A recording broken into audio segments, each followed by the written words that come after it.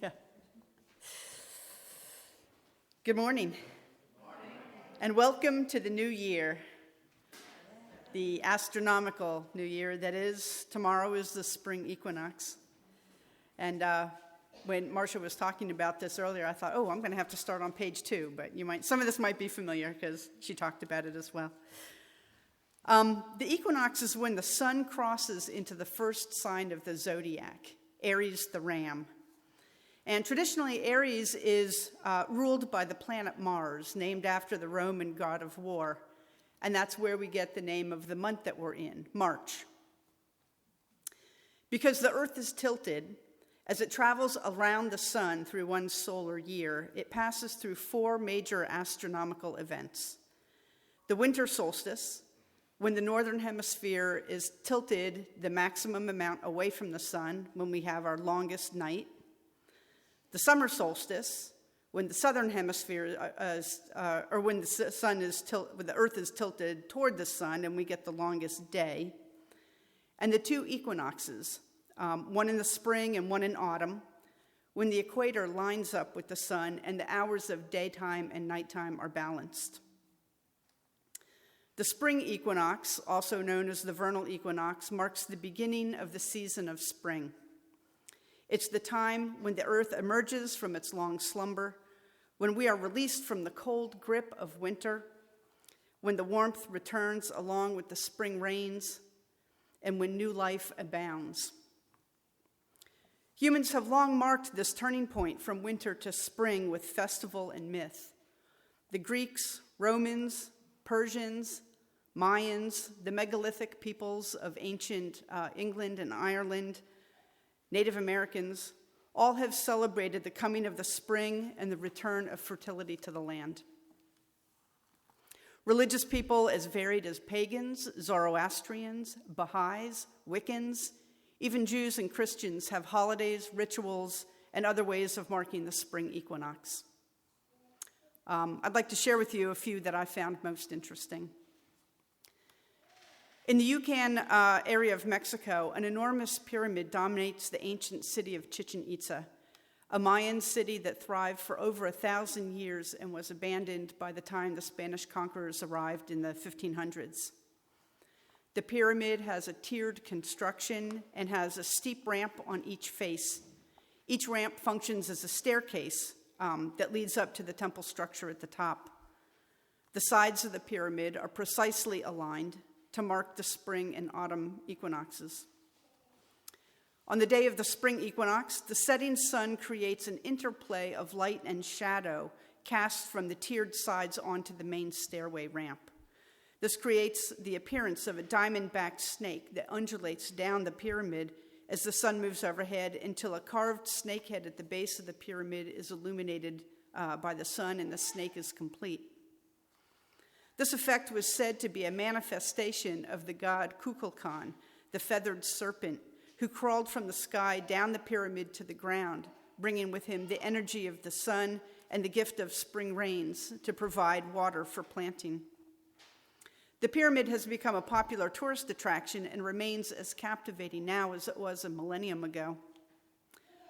Here's a description of the descent of Kukulkan, posted in an article in Calendar in the Sky, a NASA-sponsored website operated by UC Berkeley Center for Science Education. I invite you to kind of put yourself in the scene. They say, hundreds of people stand gathered in front of an ancient Mayan pyramid temple, waiting for the sun to drop lower in the sky. On this special day, a day of equal hours of light and darkness, it is said that the great feathered serpent god, Kukulkan, will descend from the sky, slither down the enormous pyramid, and energize the earth. A sense of excitement shivers through the crowd as the topmost of the pyramid's platforms begins to cast a shadow on the northwestern staircase. Spellbound, people watch as the shadow creeps lower, creating the effect of a serpent of light moving down the staircase.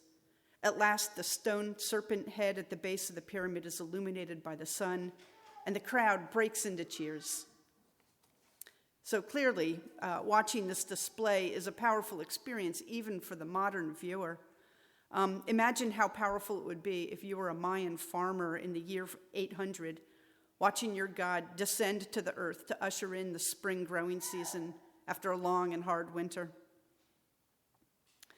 Another ancient marker of the spring equinox that captures my heart can be found in stone cairns in Ireland, mounds of stone with constructed passageways through which the sun is channeled on the spring equinox to illuminate a backstone engraved with astronomical markings. Perhaps the most well-known is Cairn T at Noath, a structure 5,000 years old that admits light from the rising sun on the equinox through a 100-foot passageway to a small chamber, striking a stone engraved with sun symbols and setting it ablaze with light. An even older stone cairn temple to the equinox is located at Loughcrew. There also, light enters a passageway at the equinox to illuminate sacred geometric designs carved on the backstone, employing precise timing from a period of over 6,000 years ago. The pull on the heart from seeing the rising sun illuminate the temple stones can be seen from the descriptions visitors give of their experience. One visitor describes it this way. That morning was particularly misty, which very much added to the occasion.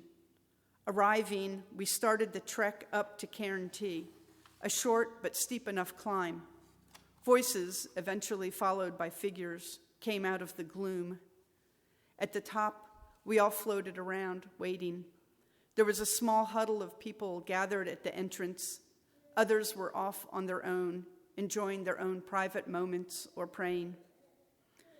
The summit of Carnbane East really is a massive sight when you factor in the space between all the smaller tombs and cairns which surround the central Cairn T. The few people milling around that morning barely registered within its overall potential capacity, reminding me that such sites were designed to hold hundreds, if not thousands, of people. We were watching both the time and the sun burn off the mist. Everyone took turns to go inside the central chamber. When the sun broke through the mist, although still diffused, it was enough to make a difference. Those of us outside heard the first audible gasps of appreciation from within. And then another visitor describes what it was like inside the chamber. Suddenly, a beam of yellow light struck the central chamber. This beam grew in size and moved onto the backstone. The central chamber was ablaze with light, much more than I had imagined. And then came the magical moment. The beam on the backstone took on a rectangular shape, just as it had been designed to do 5,000 years ago. What happened then was that as the sun rose, the rectangle of light decreased in size. The effect was amazing, and we sat spellbound as the rectangle diminished and eventually became only a spot of light and then disappeared. Wow. The third notable equinox celebration I want to raise up is the festival of Ostara, the Germanic goddess of spring, known as Estra to the Saxons, who brings renewal and rebirth from the death of winter and shares some similarities with the resurrection story of Easter. Rabbits and eggs, symbols of fertility, are associated with Ostara and have been adopted as symbols of Easter through assimilation of the old pagan rituals and customs into early Christianity.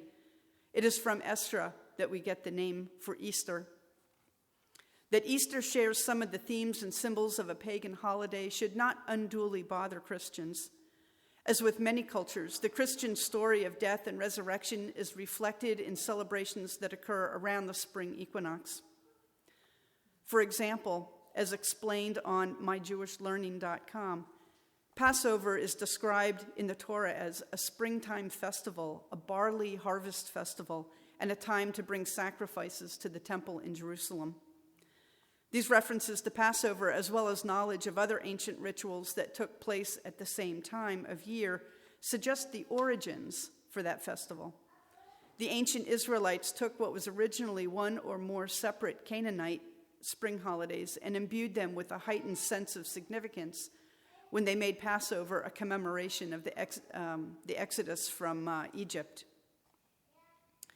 As a spring festival, Passover was celebrated on the 14th day of the month of Nisan. The date would be the first full moon after the spring equinox. Originally, Easter was celebrated on that same day.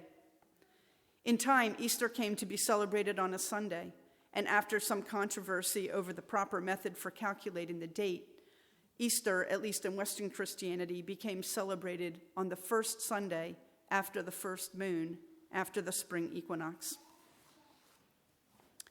This is not the only place that the Christian calendar aligns with the solar holidays of solstices and equinoxes, so important to pagans. March 25th, historically understood to be the spring equinox, is celebrated as the date of Mary's Annunciation, when the angel Gabriel told her she would conceive Jesus. Jesus was said to have been born 9 months later, December 25th, on the winter solstice. John the Baptist, who, according to the Gospels, prepared the way for Jesus, was believed to have been conceived during the autumn equinox and born on the summer solstice. So why this focus on astronomical events in cultures all across the world? The changing of the seasons identified by astronomical markers was important because until recently, human societies have been largely agrarian. These early people were farmers, harvesters, breeders of sheep and goats. It was important to know when to plant, when to reap, when the firstlings of the flock would arrive, and when spring would bring the promise of bounty after a cold, lean winter. These early farmers depended on what they grew or raised to sustain their lives. They needed to produce enough during the growing season so that they and their animals could eat during the winter. Everything depended on the success of the crops. How did they know the optimum time for planting? When could they be assured that warmer weather would stay and that there would be sufficient rain? They didn't have the farmer's almanac.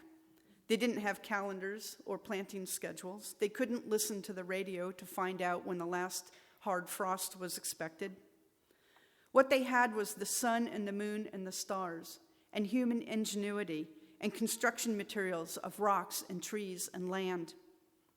Is it any wonder that they constructed massive monuments to mark the seasons, that they developed cults and myths and gods and goddesses of spring and fertility?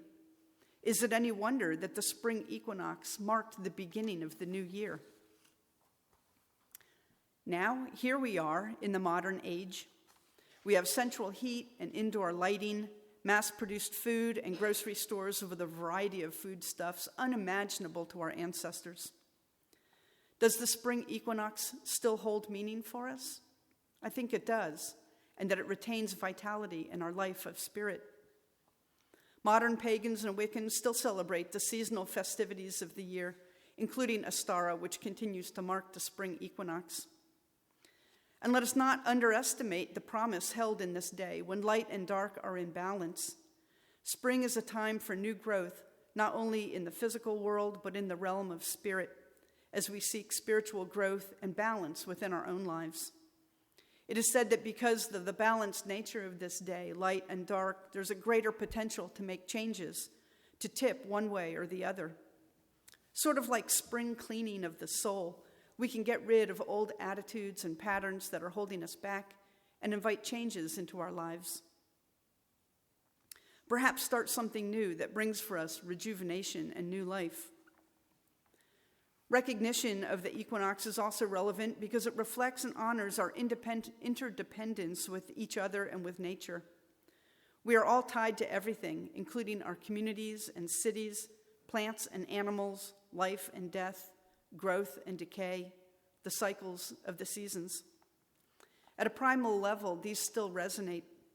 We can claim for ourselves a kind of inheritance from the world's religions that originally recognized and celebrated this day, from the spiritual teachings of earth-centered traditions which celebrate the sacred circle of life and instruct us to live in harmony with the rhythms of nature, and from the direct experience of transcending mystery and awe, which moves us to a renewal of the spirit and an openness to the forces that uphold and create life. So I'm actually quoting here from the Unitarian Universalist sources, but I think these ideas are much more broadly applicable. Who has not felt a renewal of the spirit with the coming spring, when the buds are on the trees and the young flowers are pushing their way out of the previously dormant ground? We throw open our windows to air out our houses and our hearts. We turn our faces to the warmth of the sun. We breathe deeply the fragrance of trees in bloom. We listen to birdsong, and we watch animals frolic in their dance for a mate. Our hearts become alive, our spirits rise, and our world looks again full of promise and hope. I suspect we are hardwired to track and respond to the seasons. When I was young, I can remember my father going outside at sunset almost every evening and walking to one of the maple trees that lined our driveway. Facing west, he would put his back against its trunk and mark the point of the setting sun as it dipped below the horizon. Year after year, I tagged along behind him and watched as the sun sank below the tree line at a point that swung southward during the shortening days of the winter, and then northward as the days lengthened into summer again. He would point out to me when it had reached the farthest point in its travels, and sure enough, it would reverse course. I didn't know he was marking the solstices, or that during each equinox he was pointing out to me that the sun was in the middle of its wandering journey, setting just about over our neighbor's chimney. It was from my father that I learned my love of nature. It was with him that I first felt that transcendent awe in viewing the setting sun or the night sky. My father was an engineer with RCA. He worked in an office with calculations and electronics and schematics, and yet he felt the draw of the equinox, and he taught me to recognize the same feeling in my own heart. This pull of the seasons is innate. It's as if our very blood is pulled by some primal tide. Tagore has a poem that I think speaks to this. I'd like to close with his words. The same stream of life that runs through my veins night and day runs through the world and dances in rhythmic measures. It is the same life that shoots in joy through the dust of the earth in numberless blades of grass and breaks into tumultuous waves of leaves and flowers. It is the same life that is rocked in the ocean cradle of birth and death, in ebb and flow. I feel my limbs are made glorious by the touch of this world of life, and my pride is from the life throb of ages dancing in my blood this moment. May we also feel the life throb of ages as we celebrate the arrival of spring in the great turning wheel of the seasons. Happy New Year, and may you have peace and prosperity on your continued journey.